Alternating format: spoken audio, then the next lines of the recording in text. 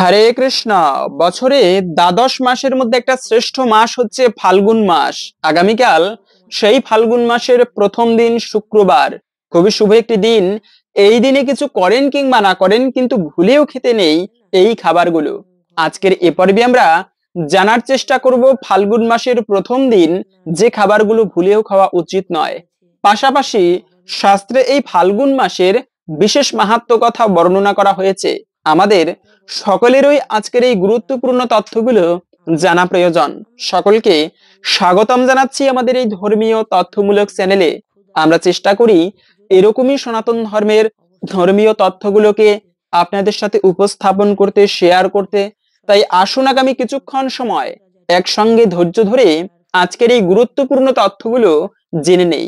আশা করছি আজকের এই তথ্যগুলো আপনাকে অবশ্যই সমৃদ্ধ করবে। ভালো লেগে থাকলে অবশ্যই একটা লাইক করে কমেন্টে আপনার ইষ্ট দেবতার নামটি অথবা জয় শ্রীকৃষ্ণ ভগবানের জয় একবার হলেও লিখে যাবার অনুরোধ জানাচ্ছি। দেখেন, বলা হয়েছে ফাল্গুন মাস এটি ভগবান শ্রীকৃষ্ণ এবং মহাদেবের মাস। মহাদেব হচ্ছে দেবাদিদেব মহাদেব, যিনি বৈষ্ণবদের মধ্যে শ্রেষ্ঠ। দ্বিতীয়ত হচ্ছে ভগবানের অত্যন্ত প্রিয় মাস। এই মাসে স্বয়ং ভগবান শ্রী চৈতন্য মহাপ্রভু, যিনি শ্রীকৃষ্ণ তিনি এই চৈতন্য, তিনি আবির্ভূত হয়েছেন এই ফাল্গুন মাসের পবিত্র দোল পূর্ণিমার দিনে। দ্বিতীয়ত হচ্ছে এই পবিত্র মাসেই কিন্তু সেই মহাশিবরাত্রি, বিশেষ করে মায়েদের জন্য একটা অত্যন্ত শুভ এবং গুরুত্বপূর্ণ তিথি হচ্ছে এই দোল পূর্ণিমা তিথি। তাই সকলের জন্য একটা শুভ দিন বা শুভ মাস হচ্ছে এই ফাল্গুন মাস। এই মাসটিতে মহাশিবরাত্রি, বিশেষ করে যারা ভালো স্বামী প্রাপ্ত করতে চান, বর্তমান কলিযুগ, এই যুগে ভালো স্বামী পাওয়া খুবই কঠিন এবং দুষ্কর্মের বিষয়। এমনকি ভালো স্ত্রী পাওয়াটাও একটা কঠিন বিষয়। এর মধ্যেও যারা মহাদেবের প্রতি ভক্তি রয়েছে, তবে অবশ্যই বলবো সকলকেই মহাশিবরাত্রি ব্রত ভালোভাবে পালন করতে। এবং এই মাসেই কিন্তু সেই শিবরাত্রি ব্রত অনুষ্ঠিত হয়। পাশাপাশি দেখেন, মহাদেব এমন একজন দেবতা যিনি হচ্ছেন শান্ত, যাকে বলা হয় আশুতোষ। অল্পতেই যিনি সন্তুষ্ট হন, তার অল্প সেবা করার মাধ্যমেই মহাদেবের কৃপা লাভ করা যায়। অল্পতেই যিনি তুষ্টতা লাভ করেন তাকে বলা হয় আশুতোষ। তাই সেই মহাদেবের কৃপা হলে জীবনে, এমনকি দেবাদিদেব রাবণ পর্যন্ত এই মহাদেবের ভক্ত ছিল। আর মহাদেবের ভক্ত হলে জীবনে কোনো কোনো অশুভ আসে না। তিনি ইহজগতে সুখ শান্তি সমৃদ্ধিতে পরিপূর্ণভাবে বসবাস করতে পারে, অন্তিমে তার মুক্তি লাভ হয়ে থাকে। যে দেবাদিদেব মহাদেব, আমরা অনেকে অজুহাত দেখাই, আরে মহাদেব গাঁজা খায়, কি হয়েছে, আমরাও তো খাবো গাঁজা। কিন্তু মনে রাখবে, মহাদেবের গাঁজা খাওয়া আর আমাদের মধ্যে যে নেশা করা, এটি অনেক পার্থক্য। কোন শাস্ত্রে কেউ দেখাতে পারবে না মহাদেব গাঁজা খায়, কিন্তু যুক্তি দেখায় হ্যাঁ মহাদেব গাঁজা খায়। হ্যাঁ, ধরেই নিলাম মহাদেব গাঁজা খায়। যদি মহাদেবকে আমরা অনুসরণ করি বা অনুকরণ করি, সেক্ষেত্রে মহাদেব তো হলাহল বিষ পান করেছে, আমরা না হয় একটুকু বিষ পান করে দেখাই। তো এটা অজুহাত দেখানো উচিত নয়। মহাদেব গাঁজা খেয়েছে, আমরাও গাঁজা খাবো, এটা সম্পূর্ণ শাস্ত্রের অপযুক্তি, শাস্ত্রের অপব্যাখ্যা। এমনটা কখনো করা উচিত নয়, এটি মহা অপরাধীর। মনে রাখবে, মহাদেব জীবনে ভালো কিছু চেয়ে নেননি। ভগবানের কাছে বলেছেন, প্রভু তোমার সেবায় ভালো সুগন্ধি পুষ্প লাগে, আমার সেবায় এই সুগন্ধি পুষ্প লাগবে না। আমি যে ফুল তোমার সেবায় না লাগে, ধুতুরা ফুল, তারপরে হচ্ছে যেগুলো তোমার সেবায় না লাগে, সেই সমস্ত ফুল আমার পুজোয় লাগবে। এবং মহাদেব ভালো কোনো বস্ত্র পরিধান করেন না, যিনি বৈরাগ্যের চরম প্রতীক, মূর্ত প্রতীক যাকে বলা হয়েছে। ছালা পরিধান করে, সেই ছালাবর্তে বাঘের ছাল পরিধান করে, এবং তিনি শ্মশানে থাকে, ভালো কোনো স্থানে থাকেন না। এই মহাদেব, তার কৃপা হলে জীবনে প্রকৃতই সুখ শান্তি সমৃদ্ধিতে পরিপূর্ণ হয়, এবং শুধু তাই নয়, অন্তিমে তার মুক্তি লাভ হয়ে থাকে। একমাত্র শিবলোক নিত্য, যেখানে গেলে আর এই জন্ম মৃত্যুর সংসারে আর ফিরে আসতে হয় না। শ্রীমদ্ ভগবদ গীতার কথা, আব্রহ্ম ভুবনাৎ লোকা পুনর আবর্তিন অর্জুন, যে এই জগতে তুমি ব্রহ্মলোকে গেলেও তোমার আবার জন্ম হবে, কিন্তু ওই শিবলোকে গেলে অথবা ভগবানের ধামে গেলে, বৈকুণ্ঠ লোকে, সেখানে গেলে আর ব্যক্তির জন্ম মৃত্যু হয় না, তা হচ্ছে জন্ম মৃত্যুর ঊর্ধ্বে। আর দেবাদিদেব মহাদেব, তিনি না জীব না ভগবান, যার মধ্যবর্তী অবস্থান, তাই তিনি শিব। শাস্ত্রে যারা মহাভারত পড়বেন, অনেক মনীষীদের উল্লেখ সেখানে পাওয়া যায়, যারা কেবলমাত্র এই মহাদেবের সাধনা করেছেন, মহাদেবের সাধনা করে লীন হয়ে গিয়েছেন। তাই বলা আছে এই মহাদেবের সাধনা করা এটি অত্যন্ত সৌভাগ্যের বিষয়। এমনকি ত্রিভুবন বিজয়ী রাবণ পর্যন্ত, যাকে দেবতা থেকে শুরু করে অসুর পর্যন্ত সবাই সমীহ করে চলতো, ভয় করত, সেই রাবণ পর্যন্ত তিনি মহাদেবের সাধনা করত। রাবণকে আমরা অসুর বলে জানি, কিন্তু রাবণের মতো এত ভালো ভক্ত জগতের দ্বিতীয় বিদ্যমান খুবই কম। সেই মহাদেবের শিবরাত্রি ব্রত প্রত্যেকের ভক্তি ভরে পালন করা উচিত। বৈষ্ণবেরা পর্যন্ত এই ব্রতে উপবাস করে তারপরে শিবলিঙ্গে দুগ্ধ অর্পণ করে, বিল্লপত্র অর্পণ করে। আপনারা এই মাসে অবশ্যই, পাশাপাশি হচ্ছে দোল পূর্ণিমা তিথি। এই দোল পূর্ণিমার দিনে স্বয়ং ভগবান শ্রীকৃষ্ণ, যিনি চৈতন্য মহাপ্রভু রূপে আবির্ভূত হয়েছেন, যেখানে 52টা শাস্ত্রে প্রমাণ পাওয়া যায়। আমরা তো বর্তমান কলিযুগে যাকে তাকে ভগবান বানিয়ে দেই, এই বাবা ভগবান, ওই বাবা ভগবান, আমার গুরুদেব তিনি ভগবান। হ্যাঁ, অবশ্যই গুরুদেব শিষ্যের কাছে ভগবানের মতো সম্মানীয় ব্যক্তি। তার মানে এই নয় তিনি সাক্ষাৎ কৃষ্ণ। কৃষ্ণ একজনই, ভগবান একজন। এক অহম দ্বিতীয় নাস্তি, ভগবান একজনই, দ্বিতীয় কেউ নেই। কিন্তু আমরা বর্তমানে যে কোনো গুরুদেবকে ভগবান বানিয়ে দিচ্ছি। আমার গুরুদেব তিনি ভগবান, এই ভগবান। গুরুদেব ভগবানের মতো সম্মানীয়, কিন্তু নট তিনি ভগবান। তিনি ভগবান নয়, তিনি ভগবানের মতো শিষ্যের কাছে পূজনীয়। তাই যাকে তাকে ভগবান বানানো উচিত নয়। এই যে বর্তমানে, যদিও বললে হয়তো অনেকে কষ্ট পাবেন, কিন্তু বিভিন্ন জায়গায় দেখা যাচ্ছে আমরা ভগবান বানিয়ে দিচ্ছি। যদি কেউ ভগবানের অবতার হয়, প্রথমত হচ্ছে সে বৃদ্ধ হবে না। ভগবানের অবতার বৃদ্ধ হয় না, তার চুল পাকে না, দাড়ি পাকে না, তাকে দেখতে নবযৌবন সম্পন্ন। পাশাপাশি তার কথা শাস্ত্রে উল্লেখ থাকবে, কোথায় আসবে ভগবানের অবতার, বাবা কে হবে, মা কে হবে, সকল কিছু উল্লেখ থাকে। কলিযুগের প্রথম সন্ধ্যায়, বায়ু পুরাণের কথা, কলৌ প্রথম সন্ধ্যায়াম গৌরাঙ্গ অহম মোহিতলে। কলিযুগের প্রথম সন্ধিক্ষণে, মানে প্রথমের দিকে, ভগবান শ্রীকৃষ্ণ তিনি গৌরাঙ্গ মহাপ্রভু রূপে আবির্ভূত হবে। তার শরীরের রং কি হবে, মা কে হবে, তাও সমস্ত কিছু লেখা আছে। এবং কলিযুগের শেষে যে অবতার আসবে, কল্কি অবতার, তার কথাও শাস্ত্রে উল্লেখ পাওয়া যায়। তাই যাকে তাকে ভগবান বানানো উচিত নয়। সেই গৌরাঙ্গ মহাপ্রভু তৎকালীন সময়ে ইতিহাসের কথা আপনারা যদি সনাতনী ইতিহাস ঘাটেন, তবে আজ থেকে 500 বছর পূর্বে এতটা ব্রাহ্মণ্যবাদ ছিল। যদি কোনো ব্রাহ্মণেও আমার এই ভিডিওটা দেখে থাকেন, তবে কষ্ট নেবেন না। এতটা ব্রাহ্মণ্যবাদ ছিল ওই সময়ে, কুসংস্কার যত। হ্যাঁ, ব্রাহ্মণ হচ্ছে সমাজের উচ্চ স্তরের ব্যক্তি, তারা অবশ্যই পূজনীয়, সম্মানীয়, কেননা তারা ভগবানের সেবা করে, শাস্ত্রের নিয়ম পালন করে। কিন্তু এমন ভাবে গোঁড়ামি ছিল সমাজের, যদি কোনো ব্যক্তি মুসলমানের ছোঁয়া পেত, তবে তারা আর আমাদের ধর্মে আর আসতে পারতো না। এরকম যে কত হাজার হাজার লোক আমাদের ধর্ম পরিবর্তন করেছেন, সনাতন ধর্ম ক্ষণভঙ্গুর অবস্থা, শুধুমাত্র এই ব্রাহ্মণ্যবাদের জন্য। তাই এটা ভালো নয়। ব্রাহ্মণ্যবাদ, ছোঁয়া, ওপরের ছোঁয়া খাওয়া উচিত নয়। মানে বিভিন্ন ভাবে, এই যে তারপরে সতীদাহ প্রথা, গৌরীদান প্রথা, সমাজটা প্রায় ক্ষণভঙ্গুর অবস্থা হয়েছিল। ওই সময়ের মধ্য দিয়েও একজন ব্যক্তি উদয় হয়েছিল, চৈতন্য মহাপ্রভু, যিনি সবাইকে অকাতরে প্রেম বিলিয়েছেন, সবাইকে অকাতরে বলেছেন, কি শূদ্র কি ব্রাহ্মণ, সবাই ভগবানের সেবা করতে পারবে, আসো সবাই এক হয়ে ভগবানের সেবা করি। এবং মহাপ্রভুর এই ডাকের সাড়া সবাই দিয়েছিল। আপনারা ইতিহাস পড়লে পাবেন, অনেক সময় অনেক মুসলমান মানে বিধর্মী ব্যক্তিদেরও মহাপ্রভুর সুন্দর গুণের ব্যাখ্যা করতে পাওয়া যায়। যে সনাতন ধর্মের হাল যিনি ধরে রেখেছেন এই যুগে, তিনি ছিলেন চৈতন্য। চৈতন্যের মধ্যে কোনো অহংকার ছিল না।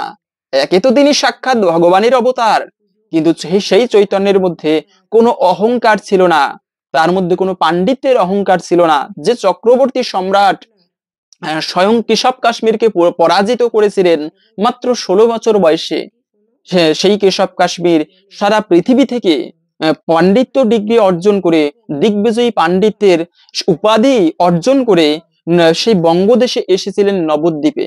আর তৎকালীন সময় আমাদের নবদ্বীপে একটা মাত্র বিদ্যালয় ছিল, সেই নবদ্বীপে। সেখানে ব্যাকরণ শাস্ত্র, তারপরে সংস্কৃতি শাস্ত্র, ন্যায় দর্শন, সকল শাস্ত্র পড়ানো হতো। তো তখন সেই নবদ্বীপের পণ্ডিতেরা যখন শুনেছে যে কেশব কাশ্মীর আমাদের সাথে তর্ক করতে আসতেছে, শুনেই সমস্ত পণ্ডিত যে যার মতো বিভিন্ন জায়গায় পালিয়ে গেল। আর তখন সবাই মিলে যুক্তি করলো, নবদ্বীপে আমাদের নিমাই রয়েছে, যদি তর্ক করতে হয় নিমাইয়ের সাথে করুক, কেন, ও বাচ্চা ছেলে, যদি হেরেও যায় তবে বলতে পারবো বাচ্চার সাথে হেরে গিয়েছে, তাহলে নবদ্বীপের মান সম্মান রক্ষা হবে। নিমাই পণ্ডিত তিনি তর্ক করেন না, তার মধ্যে কোনো অহংকার নেই। গঙ্গার তটে বসে তিনি কিছু ছাত্রদেরকে, কিছু ছোট্ট বাচ্চাদেরকে নিয়ে শাস্ত্র কথা শিখাচ্ছিল। কেশব কাশ্মীর এসে প্রশ্ন করলো নবদ্বীপে, তোমাদের এই নবদ্বীপের শ্রেষ্ঠ পণ্ডিতকে, আমি তার সাথে তর্ক করতে চাই, জয়পত্র নিয়ে যেতে চাই। সবাই বলল, পণ্ডিত তো কেউ নেই এখন, আপনি নিমাইয়ের সাথে তর্ক করতে পারেন। তাকে কোথায় পাওয়া যাবে? তিনি গঙ্গার তীরে বসে আছেন। গিয়ে দেখলেই সুন্দর যুবক, দেখা মাত্র আপনার ভক্তি চলে আসবে। যান গঙ্গার তীরে, তাকে দর্শন করতে পারবেন। আর সেই নিমাই পণ্ডিত তিনি গঙ্গার তীরে বসে কৃষ্ণ কথা শিখাচ্ছিলেন কিছু ছোট্ট বাচ্চাদেরকে। তখন সেই কেশব কাশ্মীর একটুকু অহংকার করে, মনে রাখবে জ্ঞানী হলে কখনো অহংকার করতে নেই।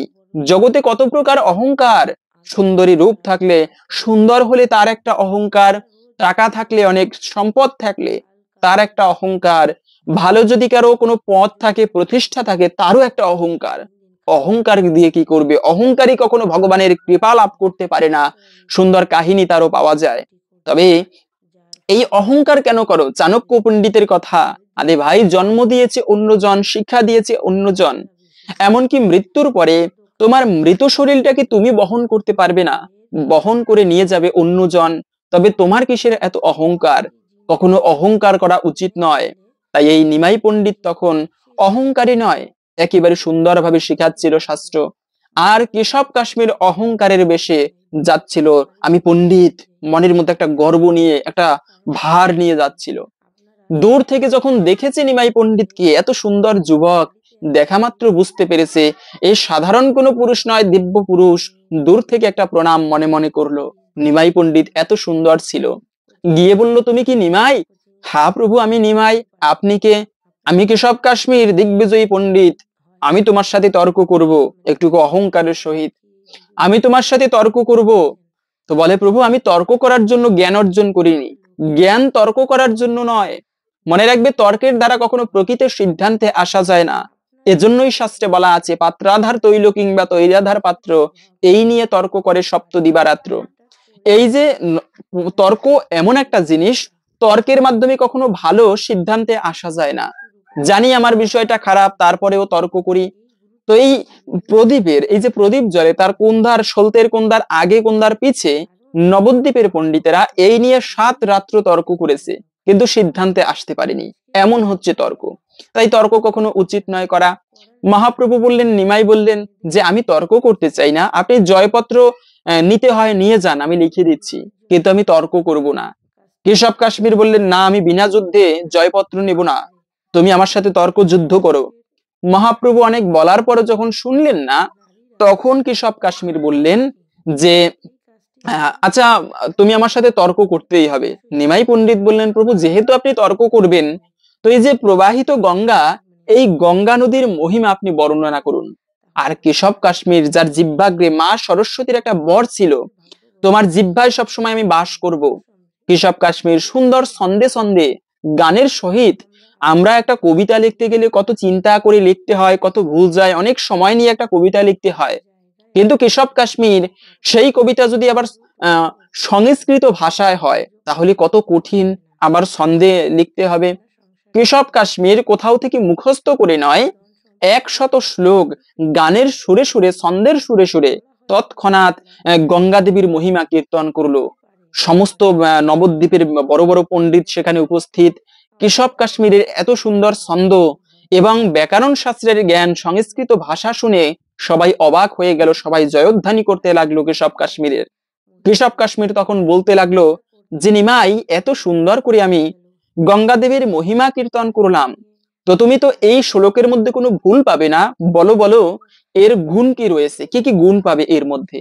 নিমাই পণ্ডিত বলল, প্রভু আপনার খুবই সুন্দর হয়েছে গঙ্গার মহিমা কীর্তন, কিন্তু এই 100 শ্লোকের থেকে 51 নাম্বার শ্লোকে একটা ভুল আছে।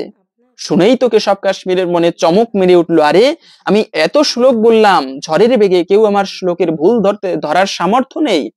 আর এই বালকের, মাত্র 16 বছর বয়সী যুবক, এর মধ্যে 51 নাম্বার শ্লোকে ভুল হয়েছে, তাও ধরে ফেললো। কেশব কাশ্মীর তো অহংকারের বশে বলল, আমার শ্লোকে কখনো ভুল হয় না, আমার জিহ্বাগ্রে স্বয়ং মা সরস্বতী বাস করে, আমার কখনো ভুল হতে পারে না। নিমাই পণ্ডিত বলল, প্রভু আপনার সুন্দর গুণ আছে অনেক, কিন্তু ভুলও আছে। তাই প্রথমত আপনার গুণের মাহাত্ম্য কীর্তন করি। আপনার এই শ্লোকের মধ্যে একটা জায়গায় আপনি উচ্চারণ করেছেন যে পদ্মফুল হইতে গঙ্গার জন্ম। সাধারণত আমরা জানি কি যে নদীতে বা সরোবরে পদ্মফুল জন্মায়, একটা পুকুরের মধ্যে পদ্মফুল জন্মাবে, এটা স্বাভাবিক। কিন্তু যদি বলা হয় যে পদ্মফুল থেকে নদীর জন্ম, এটা কেমন হয়? কথাটা শুনতে ভুল না? শুনতে ভুল হলেও এই কথাটা গভীর তাৎপর্যপূর্ণ। আসলে পদ্মফুল থেকে গঙ্গা নদীর জন্ম, কিন্তু এই পদ্মফুল সাধারণ কোনো পদ্মফুল নয়। এটাকে বলা হয় শাস্ত্রের অলংকার। অলংকার মানে হচ্ছে এমন যা আপাত দৃষ্টিতে মনে হবে কথাটা ভুল, কিন্তু তার মধ্যে একটা গূঢ় তাৎপর্য নিহিত। তো নিমাই পণ্ডিত বলল, প্রভু আপনার এই কথার মধ্যে সুন্দর অলংকার ব্যবহার করেছেন যে ভগবানের চরণদ্রূপী পদ্মফুল থেকে এই গঙ্গা দেবীর জন্ম, তাই এই গঙ্গা মহাপবিত্র। শুনেই তো সবাই আরো কেশব কাশ্মীরের জয়ধ্বনি করতে লাগলো যে এত সুন্দর একটা অলংকার কেশব কাশ্মীর ব্যবহার করলো। কিন্তু কেশব কাশ্মীর তখন বুঝতে পারলো এই বালক আজকের যার সঙ্গে আমি তর্ক করছি, এ বালক সাধারণ কোনো বালক নয়, আজকে আমার পরাজয় নিশ্চিত। কেন বঙ্গদেশে নবদ্বীপে অলংকার শাস্ত্র পড়ানো হয় না, তথাপিও এই বালক আমার এত সুন্দর একটা অলংকার যে ধরতে পেরেছে, সাধারণ কোনো বালক নয়। পরক্ষণে নিমাই পণ্ডিত বলল, প্রভু আপনার এই শ্লোকের মধ্যে একটুকু ভুলও কিন্তু রয়েছে। ভুলটা হচ্ছে যে আপনি বলেছেন ভবানী ভর্তুজা, ভব মানে শিব, ভবানী মানে শিবের পত্নী। আবার আপনি বলেছেন ভর্তুজা মানে আবার শিবের পত্নী, তাহলে দুইবার শিবের পত্নী, শিবের পত্নী উচ্চারণ করার দরকার ছিল না। কিন্তু এটাকে বলা হয় শ্রুতিকটু। এভাবে করে অনেক দোষ ধরেছিলেন কিন্তু নিমাই পণ্ডিত। সবাই চুপ হয়ে গেল। আরে নিমাই কত বড় পণ্ডিত যে কেশব কাশ্মীর সমস্ত পৃথিবী ভ্রমণ করে কোন পণ্ডিতের সাধ্য নেই কেশব কাশ্মীরের উপরে কথা বলতে, আর নিমাই সেখানে তাকে পর্যন্ত হারিয়ে দিল। কেশব কাশ্মীর তখন মাথা নিচু করে চলে গেল। রাত্রে ধ্যান করতেছে মা সরস্বতীর। মা তুমি তো কখনো ভুল করাও না, আজকে তুমি কিভাবে ভুল করালে, কিভাবে আমি নিমাইয়ের কাছে হেরে গেলাম। সরস্বতী দেবী আবির্ভূত হয়ে তিরস্কার করতে লাগলো, মূর্খ তুমি জ্ঞানের দম্ভে এতটা অহংকারী হয়েছো, আজকে আমার স্বামী স্বয়ং প্রভু ভগবান শ্রী বিষ্ণুর সাথে তর্ক করতে গেলে। যদি ভালো চাও কালকেই গিয়ে সেই ভগবান বিষ্ণু যিনি নিমাই তার চরণে গিয়ে সমর্পণ করো। তখনই সেই কেশব কাশ্মীর পরের দিনে নিমাইয়ের কাছে শিষ্য হয়েছিলেন। বলার উদ্দেশ্য হচ্ছে সেই মহাপ্রভু অপ্রাকৃত নায়ক যিনি, যার মধ্যে কোনো অহংকার ছিল না। আর এই কৃষ্ণলীলা শ্রবণ করলে যতটা না মন কাঁদে, তার থেকে বেশি কাঁদে এই নিমাই লীলা, সন্ন্যাস লীলা শ্রবণ করার পরে। কে ছিল সেই নিমাই? ত্রেতা যুগে ভগবান শ্রী রামচন্দ্র মা কৌশল্যা কতটা ভালোবাসতো রামকে, তার থেকে বেশি ভালোবাসতো সেই মা কইকেয়ী ভগবান শ্রী রামচন্দ্রকে। এভাবে করে কইকেয়ী নিজে যে খাবার খেত, পছন্দের খাবার, নিজের সন্তানকে দিত না, কিন্তু রামচন্দ্রকে দিত। রামকে নিজের সাথে নিয়ে ঘুমাতো, এত ভালোবাসতো মা কইকেয়ী ভগবান শ্রী রামচন্দ্রকে। কিন্তু ওই যে কুসঙ্গ, সঙ্গ দোষে লোহা ভাসে, সেই সঙ্গের প্রভাবে রামকে 14 বছরের জন্য বনবাসে দিল। এবং রাম যখন সেই রাজ্য ছেড়ে প্রথমে পা বাড়িয়েছিল বনবাসের জন্য, তখন কৌশল্যা কইকেয়ীকে বলেছিল, হে কইকেয়ী আজকে তোমার জন্য আমার রাম 14 বছরের জন্য বনবাসে যাচ্ছে, তো তোমাকে আমি অভিশাপ দিলাম, এই রামচন্দ্র কলিযুগে নিমাই হয়ে যাবে এবং তুমি হবে সচী মাতা। তখন বুঝতে পারবি পুত্র বিয়োগের বেদনা কতটা কষ্ট হয় একটা পুত্র বিয়োগ হলে। তোমার পুত্র সন্ন্যাস নিয়ে যাবে। আর সেই অভিশাপের ফলে কইকেয়ী মা হয়েছিল কিন্তু নিমাইয়ের মা সচী মাতা। সুন্দর এত অদ্ভুত সেই চৈতন্য মহাপ্রভুর লীলা। সবাইকে সেই ব্রাহ্মণ্যবাদের সমাজে এসেও সমস্ত ব্রাহ্মণেরা নিন্দা করত মহাপ্রভুর, কিন্তু যে নিন্দা করত, চৈতন্যের কৃপা বড়ই মধুর, চৈতন্যের রূপ ছিল এত সুন্দর করে কৃষ্ণ নাম করত সন্ন্যাস নিয়ে, সবাই মহাপ্রভুকে পছন্দ করত। জ্ঞানী থেকে শুরু করে ভিখারি পর্যন্ত মহাপ্রভুর এই প্রেম ধর্ম গ্রহণ করেছিল। মহাপ্রভুর প্রেমবন্যায় ভাসিল অবনী, সুন্দর করে শাস্ত্রের পয়ার। তো যাই হোক, সেই মহাপ্রভু যেদিনে আবির্ভূত হয়েছিল সেই দিনটি ছিল ফাল্গুন মাসের পবিত্র পূর্ণিমা তিথি, যাকে বলা হয় গৌর পূর্ণিমা বা দোল পূর্ণিমার দিন। সকলকে বলবো আপনারা এই দিনটি বিশেষভাবে পালন করবেন, কেউ অবহেলা করবেন না। আরে মহাপ্রভুর কৃপা, স্বয়ং ভগবান শ্রীকৃষ্ণ কতটা করুণাময়, তার থেকে অধিকও করুণাময় স্বয়ং চৈতন্য মহাপ্রভু। কেউ অবহেলা করবেন না। দুপুর 12টা পর্যন্ত উপবাস। অনেকে আছে সারাদিন উপবাস করবে ওই দিনে, ওই পূর্ণিমার দিনে। তো আপনারা সারাদিনে করতে না পারলেও দুপুর 12টা পর্যন্ত উপবাস করে মহাপ্রভুর অভিষেক করবেন। ভগবান শ্রীকৃষ্ণ মহাপ্রভুর যদি বিগ্রহ না থাকে, সেক্ষেত্রে আপনারা ভগবান শ্রীকৃষ্ণের চরণে তুলসী পত্র অর্পণ করে মনে মনে চৈতন্যকে স্মরণ করবেন এবং তাকে স্মরণ করে তার চরণে পুষ্প অর্পণ করবেন।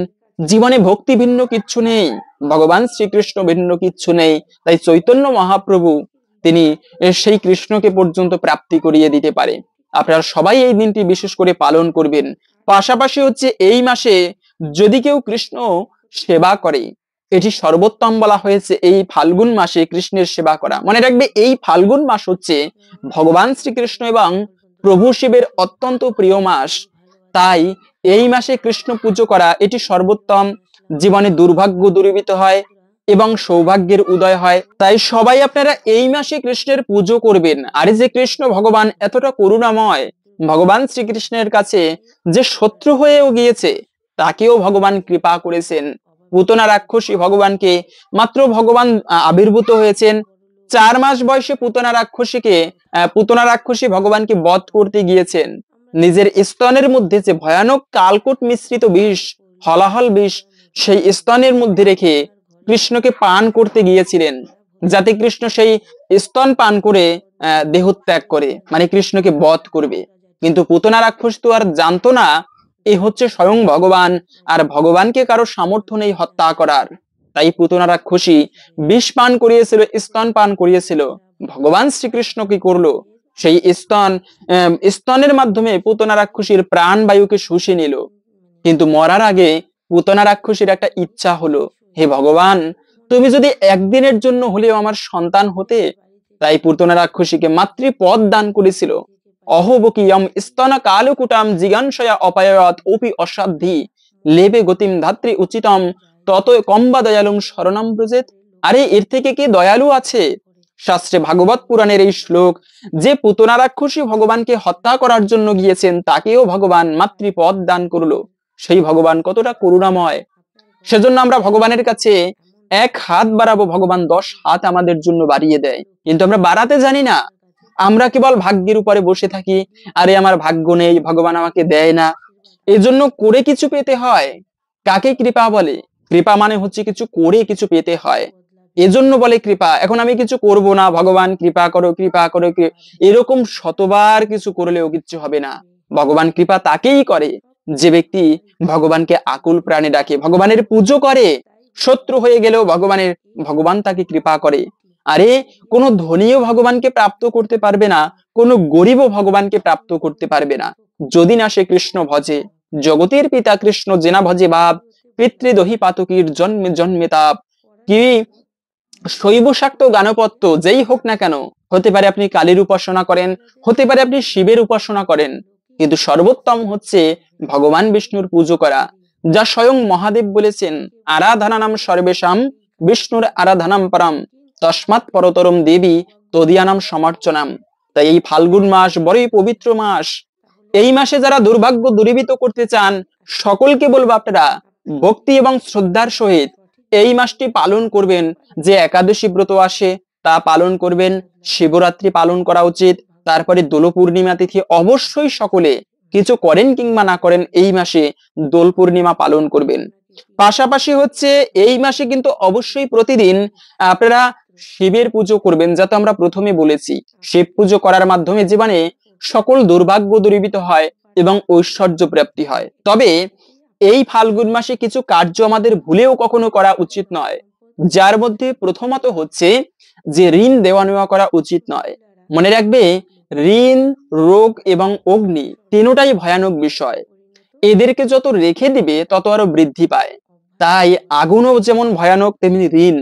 ঋণ নিয়ে যদি কেউ মৃত্যুবরণ করে, সে ব্যক্তি কিন্তু স্বর্গে যেতে পারে না যতক্ষণ পর্যন্ত না তার ওই ঋণ শোধ করা হচ্ছে।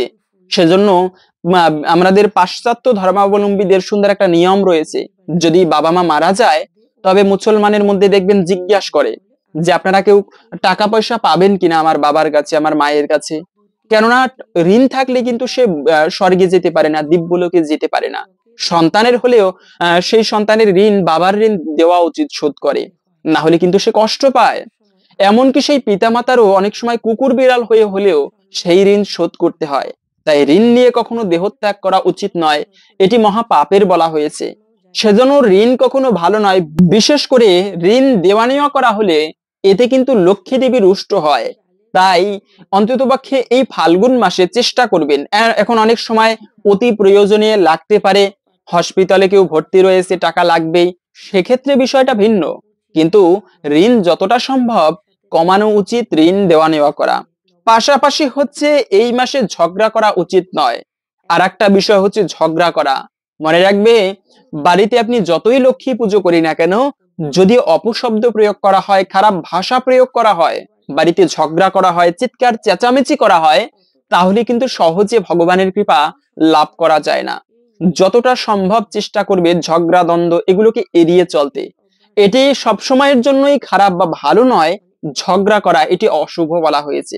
তাই ঝগড়া, চিৎকার, চেঁচামেচি এ সকল কিছুকে এড়িয়ে চলতে হবে। সেজন্য শাস্ত্রে পাওয়া যায় একটা ব্রাহ্মণ ছিল, নাম ছিল ধুন্দুমালি। সেই ব্রাহ্মণ ছিল, তার নাম আত্মদেব, স্ত্রীর নাম ছিল ধুন্দুমালি। ব্রাহ্মণের কোনো কিছুতে অভাব ছিল না, কিন্তু তার স্ত্রী ছিল, সেই স্ত্রী ছিল হচ্ছে ঝগড়া করতে বেশি, কলহপ্রিয়া, আবার ছিল কৃপণ। তাই সেই এর ফলে কিন্তু ব্রাহ্মণ সেই সংসার ছেড়েই চলে গিয়েছিল। কখনো চিৎকার করা উচিত নয়, চেঁচামেচি করা উচিত নয়। বাড়িতে লক্ষ্মী দেবীর পুজো করলেও যদি চিৎকার করা হয়, চেঁচামেচি করা হয়, পরিষ্কার ঘর বাড়ি অপরিচ্ছন্ন অবস্থায় থাকে, এতে কিন্তু সেখানে অলক্ষ্মীর বাস হয়। পাশাপাশি হচ্ছে অপশব্দ প্রয়োগ করতে নেই। মনে রাখবে, এই একটা মাস সত্যবাদিতা, সত্যের উপরে ধর্ম নেই, মিথ্যার উপরে পাপ নেই। তাই এই একটা মাস, ফাল্গুন মাস বড়ই পবিত্র মাস। এই মাসটিতে চেষ্টা করা উচিত যে আমি মিথ্যা কথা বলবো না, অপশব্দ প্রয়োগ করব না, এমন কোনো কথা বলবো না যার মাধ্যমে অপর কোনো ব্যক্তি কষ্ট পায়। এটিকে সব থেকে অশুভ এবং অমঙ্গলের বলা হয়েছে। তাই এই যে অপশব্দ প্রয়োগ করার ফলে দেখেন ভগবান পর্যন্ত তাকে কৃপা করে না। দুর্যোধন তার প্রমাণ। দুর্যোধন ভগবান শ্রীকৃষ্ণকে নিমন্ত্রণ করেছেন যে কৃষ্ণ, তুমি কৃষ্ণ হতো শালা দুর্যোধনের, তো শালা বাবু তুমি আমাদের বাড়িতে আসো, তোমাকে একটু ভোজন করাবো। কৃষ্ণকে নিমন্ত্রণ করলো হস্তিনাপুরে। তো ভগবান শ্রীকৃষ্ণ যদুরাজ বলে কথা, অনেক মানে সুন্দর ব্যঞ্জন করেছেন, 56 ভোগ করেছেন, কৃষ্ণ ভোজন করবে, অনেক কিছু রান্না করেছেন। রান্না করার পরে স্বর্ণ থালায় খেতে দিয়েছেন ভগবানকে। তো এটা ছিল অহংকার। দুর্যোধন কৃষ্ণ আহার করতে বসেছেন, ভোজন করতে বসেছেন, ওই সময় অহংকারের সহিত বলল যে কৃষ্ণ, তুমি তো এত জায়গায় নিমন্ত্রণ খেতে যাও, তোমাকে কি কেউ কখনো স্বর্ণ থালায় খেতে দিয়েছে? এটা শুনেই তো ভগবান শ্রীকৃষ্ণ তিনি রুষ্ট হলেন। আরে দুর্যোধন, তুমি স্বর্ণ থালায় খেতে দিয়েছো, তোমার অহংকার। আর এই অপশব্দ প্রয়োগ করলে আমি তোমার বাড়িতে কখনো খাবার গ্রহণ করব না।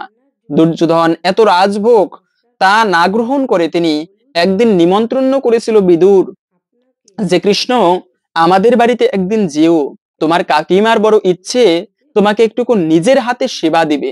ভগবান শ্রীকৃষ্ণ বলেছিল, কাকা একদিন যাব।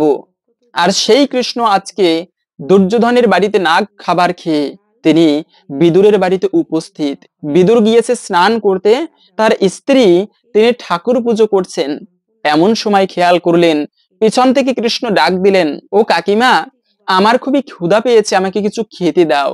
আর এই যে যদুরাজ, যিনি ভগবান, তার কি ক্ষুধা লাগে? তার কখনো ক্ষুধা লাগে না, কিন্তু তিনিও ভক্তের হাতে খাবার গ্রহণ করে, তারও ক্ষুধা লাগে। কোন কারণে? ভক্তের ভক্তি তিনি গ্রহণ করেন। আজকে তিনি বিদুরের বাড়িতে গিয়ে বললেন, কাকিমা খুবই ক্ষুধা পেয়েছে, কিছু খেতে দাও। এটা শুনে বিদুরের স্ত্রী তিনি চোখ বন্ধ করে আছেন, ভাবছেন হয়তো বা আমি স্বপ্নে দেখছি, যদি চোখ দুটি খুলে ফেলি তাহলে স্বপ্ন ভেঙে যাবে। তাই চোখ বন্ধ করে আছেন। আবারও ডাক দিল, কাকিমা খুবই ক্ষুধা পেয়েছে, কিছু খেতে দাও। এটা শুনেই তো সেই বিদুরের স্ত্রী চোখ খুলে পিছন ফিরে দেখলো কৃষ্ণ, অপ্রাকৃত নায়ক ভগবান শ্রীকৃষ্ণ। তখন কৃষ্ণকে কি দিবে? ভগবান শ্রীকৃষ্ণ নিজে বললেন, আমার খুবই ক্ষুধা পেয়েছে। ঘরে ছিল কিছু খুদ, খুদ কি আর দেওয়া যায় রান্না না করলে? আবার ছিল পাকা কলা।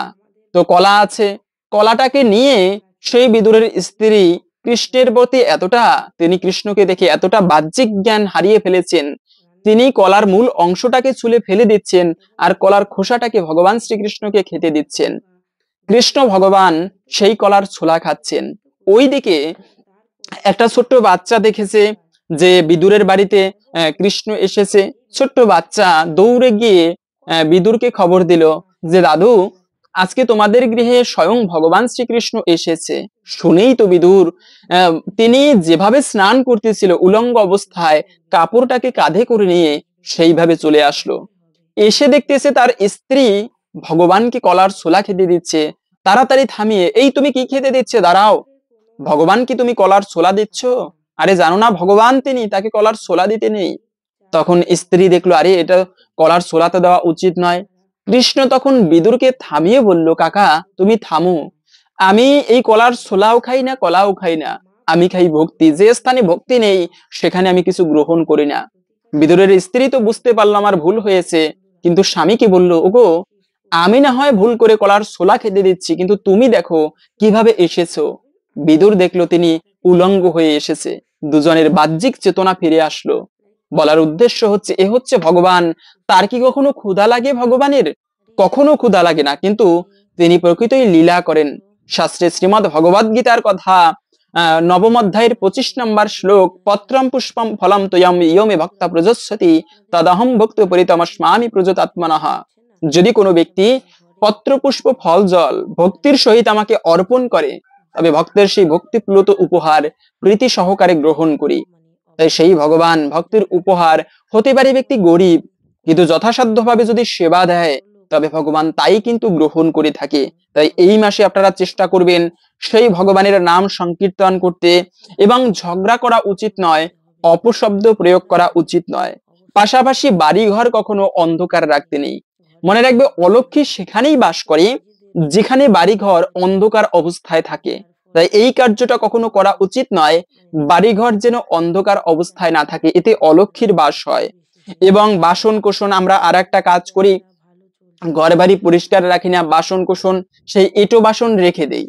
কিন্তু মনে রাখবে উচ্ছিষ্ট এর নোংরা বস্তু এতে নেগেটিভ শক্তি আকর্ষণ করে। তাই সবসময় উচিত বাসনপত্র পরিষ্কার করে রাখা উচিত।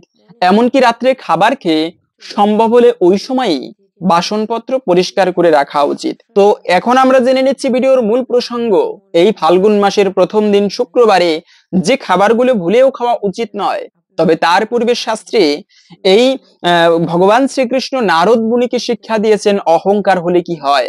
নারদ মুনি অহংকার করেছিল আমি রাধারানীর আরো বড় ভক্ত, রাধারানীর থেকেও বড় ভক্ত। কিন্তু ভগবান বুঝিয়েছিলেন যে বৃন্দাবনের ব্রজবাসীদের থেকে আমার কেউ বড় ভক্ত নেই। সুন্দর একটি কাহিনী বর্ণনা করা হয়েছে, আসুন সকলে মিলে এই কাহিনীটি শ্রবণ করি, এতে একটুকু হলেও ভগবানের কৃপা লাভ করা সম্ভব। তাই এরপরে আমরা ভিডিওর মূল প্রসঙ্গ জেনে নিচ্ছি। শ্রবণম মঙ্গলম, শাস্ত্রে শ্রবণ করাকে পরম মঙ্গল বলা হয়েছে। নববিধা ভক্তির জন্য প্রথমে হচ্ছে শ্রবণ করা। তাই ভগবান শ্রীকৃষ্ণের এই অদ্ভুত লীলাটি আসুন শ্রবণ করি।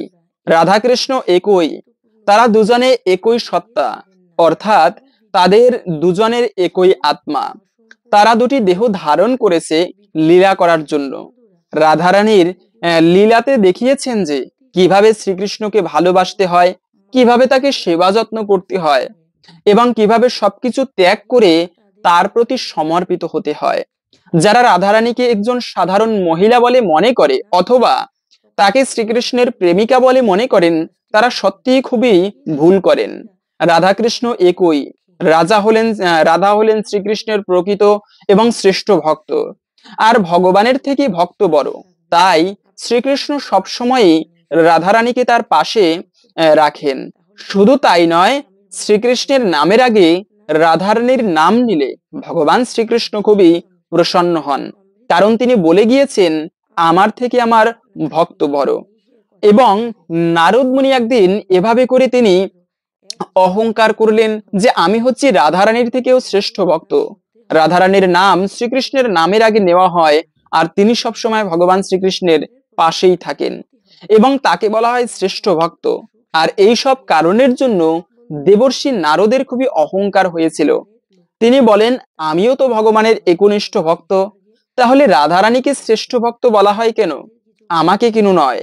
এই কথা জানার জন্য দেবর্ষি নারদ ভগবান শ্রীকৃষ্ণের কাছে গেলেন। গিয়ে দেখেন ভগবান মাথা যন্ত্রণায় ব্যথায় ছটফট করছেন। তারপরে দেবর্ষি নারদ এবং ভগবানের সাথে কিছু কথা হয়। দেবর্ষি নারদ বললেন, প্রভু আপনি আমাকে আজ্ঞা দিন, কি করলে আপনার মাথা ব্যথা ভালো হবে? যদি আমার রক্ত দিয়ে তা ঠিক করতে হয় তাহলে আমি তাই দিতে রাজি। শ্রীকৃষ্ণ বললেন, না না দেবর্ষি, রক্ত দেওয়ার প্রয়োজন হবে না। আমার কোনো ভক্ত যদি আমার মাথায় তার চরণ ধুলি দেয় তাহলে আমার মাথা ব্যথা চলে যাবে। আপনিও তো আমার ভক্ত। দেবর্ষি নারদ বললেন, না প্রভু, এই অপরাধ আমি করতে পারবো না, আমাকে ক্ষমা করবেন। আমার চরণ ধুলি আপনার মাথায় দেওয়া মানে এটি মহা অপরাধের, আর এই অপরাধের বোঝা আমি মাথায় নিতে পারবো না, এটা আমি করতে পারবো না প্রভু। তখন ভগবান শ্রীকৃষ্ণ বলল, তাহলে একটা কাজ করো, একবার আমার স্ত্রী রুক্মিণীর কাছে যাও, যদি রুক্মিণীও তার চরণ ধুলি দেয় তাহলে আমার মাথার যন্ত্রণা চলে যাবে। তখন দেবর্ষি নারদ দেবী রুক্মিণীর কাছে গেল। দেবর্ষি নারদ রুক্মিণীর কাছে গিয়ে তাকে সবকিছু বিস্তারিতভাবে বললেন। রুক্মিণী বললেন, দেবর্ষি এই অপরাধ আমি করতে পারবো না, এই বিশাল অপরাধ আমি আমার মাথায় নিতে পারবো না। তখন দেবর্ষি নারদ আবার শ্রীকৃষ্ণের কাছে গিয়ে রুক্মিণী দেবীর কথা জানালেন এবং বললেন যে এই অপরাধের বোঝা রুক্মিণী দেবীও নিতে পারবে না। দেবর্ষি নারদের কথা শুনে ভগবান শ্রীকৃষ্ণ বলল, তাহলে তুমি একটা কাজ করো, রাধারানী রয়েছে, তিনি হয়তোবা তার চরণ ধুলি আমার মস্তকে দিতে পারবে। তখন শ্রীকৃষ্ণ দেবর্ষিকে রাধার কাছে পাঠান। দেবর্ষি রাধারানীর কাছে গিয়ে যা শুনলেন তাতে দেবর্ষি নারদের জ্ঞান হয় এবং কেন রাধারানীকে শ্রেষ্ঠ ভক্ত বলা হয়ে থাকে তা বুঝতে পারলেন। রাধারানী, হ্যাঁ আমি চরণ ধুলি দেব, আমি জানি এটা করা অপরাধ, তবুও আমি এই অপরাধ করার জন্য রাজি আছি, কারণ একটু সময়ের জন্য হলেও শ্রীকৃষ্ণের মাথার যন্ত্রণা কমানোর জন্য যদি আমাকে রৌরব নরকে অনন্তকাল পর্যন্ত থাকতে হয় আমি তাতেও রাজি। রাধারানীর এই কথাগুলি শুনে দেবর্ষি নারদের প্রকৃত জ্ঞান হলো। তিনি তার ভুল এবং অহংকার দুটোই বুঝতে পারলেন এবং এও বুঝতে পারলেন রাধারানীকে কেন শ্রেষ্ঠ ভক্ত বলা হয়। তখন তিনি নিজে নিজে থেকেই জয় রাধে বলেন এবং অবশেষে রাধারানী শ্রীকৃষ্ণের কাছে যান, গিয়ে তার চরণ ধুলি শ্রীকৃষ্ণের মাথায় লাগিয়ে দেন। এতে ভগবান শ্রীকৃষ্ণের মাথার যন্ত্রণা দূর হয়ে যায়। ভগবান শ্রীকৃষ্ণের এইভাবে নারদের অহংকার চূর্ণ করেন এবং প্রমাণ করে দেন যে রাধারানী তার শ্রেষ্ঠ ভক্ত। তাই রাধারানী ভগবান শ্রীকৃষ্ণ শুধুমাত্র রাধে রাধে বললেও এর ফলেও তার কৃপা লাভ করা যায়। এজন্য বৃন্দাবনে দেখবেন ব্রজবাসীরা সবসময় কৃষ্ণ কৃষ্ণ বলে না, একটা কিছু হলেই তারা রাধে রাধে বলে। আর সেই রাধারানীর কৃপা হলে ভগবান শ্রীকৃষ্ণ আপনা থেকে এই কৃপা করে। এই মাসে সম্ভব হলে আপনারা রাধা কৃষ্ণের পুজো করতে পারেন। তবে এই প্রথম দিনে যে খাবারগুলো ভুলেও খাওয়া উচিত নয় তা হচ্ছে, প্রথমত হচ্ছে এই মাসে মনে রাখবে এই শুক্রবার রাত্র 9টার আগে পর্যন্ত দ্বিতীয়া তিথি থাকে। আর বলা আছে শাস্ত্রে, দ্বিতীয়া তিথিতে কখনো বেগুন খেতে নেই, এতে রোগ ব্যাধির সৃষ্টি হয়। তাই শাস্ত্রে এই তথ্যটি মেনে চলা প্রয়োজন। প্রতিটা তিথিতে এক একটা জিনিস খাওয়া উচিত নয়। যেমন নবমীতে লাউ খেতে নেই, এতে হচ্ছে গোমাংস তুল্য অপরাধ হয়।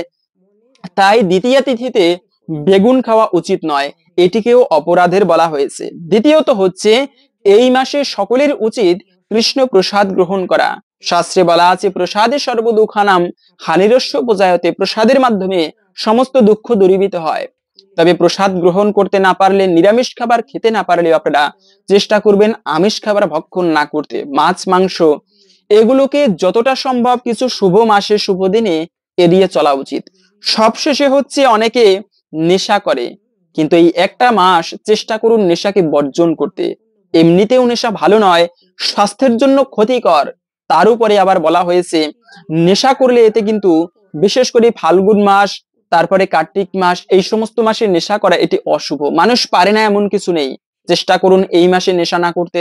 এর ফলে ধীরে ধীরে নেশাকে কমিয়ে আনুন, স্বাস্থ্য ভালো থাকবে। পাশাপাশি বাসি খাবার খাওয়া উচিত নয়, এটিকেও অশুভ বলা হয়েছে। হরে কৃষ্ণ। আশা করছি আজকের এই গুরুত্বপূর্ণ তথ্যগুলো জেনে আপনি একটু হলেও সমৃদ্ধ হয়েছেন।